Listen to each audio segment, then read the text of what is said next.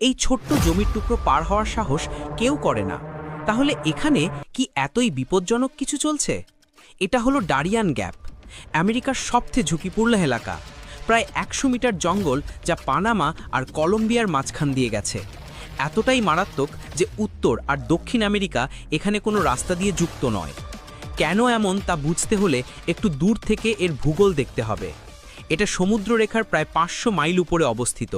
বাম দিকে প্রশান্ত মহাসাগর আর ডান দিকে উত্তর আটলান্টিক মহাসাগর।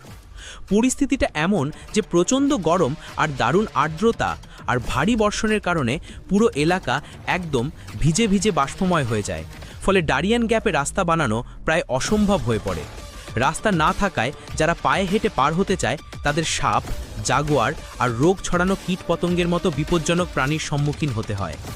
আরও খারাপ ব্যাপার হলো সশস্ত্র দলগুলো ওই এলাকায় নিয়ন্ত্রণ রাখে।